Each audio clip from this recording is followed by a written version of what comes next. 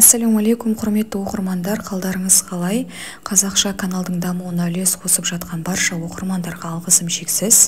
Жаңадан тіркелген оқырмандарға қош келдіңіздер деймін. Барлықтарыңызға Аллах тағала отбасыларыңызға береке, қуаныш бере берсін, және де тілеген дұға тілектеріңізді аз уақытта көркем түрде, сондай қайырлы түрде қабыл етсін деп тілеймін.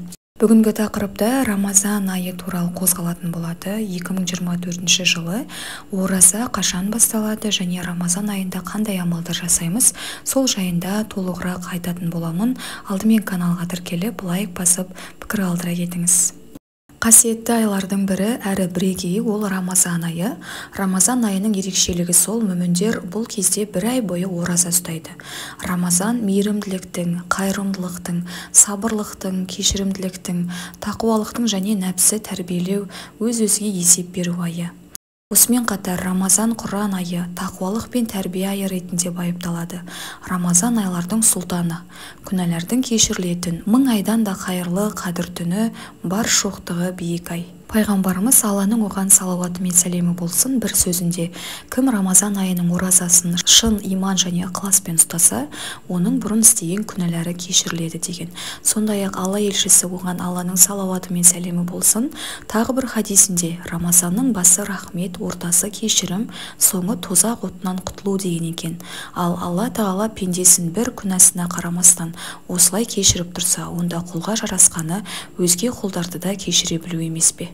Пайғамбарымыз оған Алланың салауаты мен сәлемі болсын өзінің бір хадисінде үмметін былай деп сүйіншілейді: кімде-кім Рамазан айында шынайы сеніммен сауапты бір Алладан ғана күтіп ораза ұстаса, бұрын-соңды жасаған күнәлары түгелдей кешіріледі.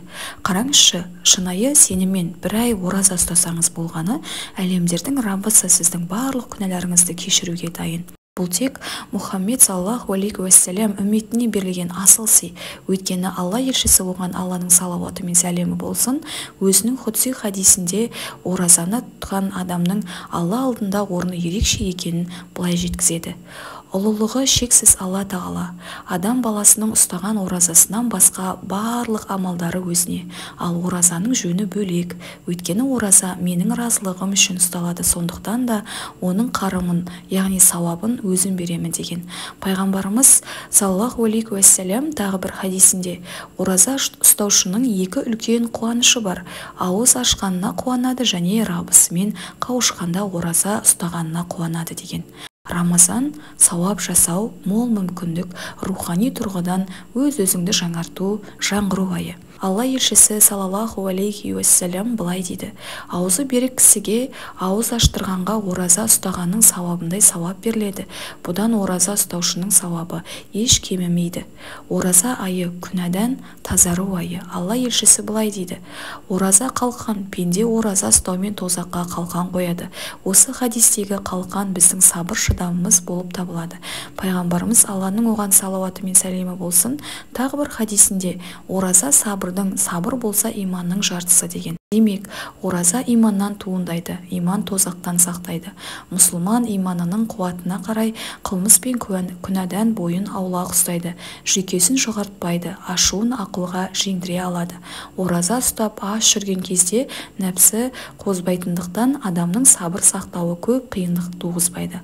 Аяқ асты тап болатын түрлі қиындықтарға шыдамдылық танытуда оразаның берер пайдасы көл көсір.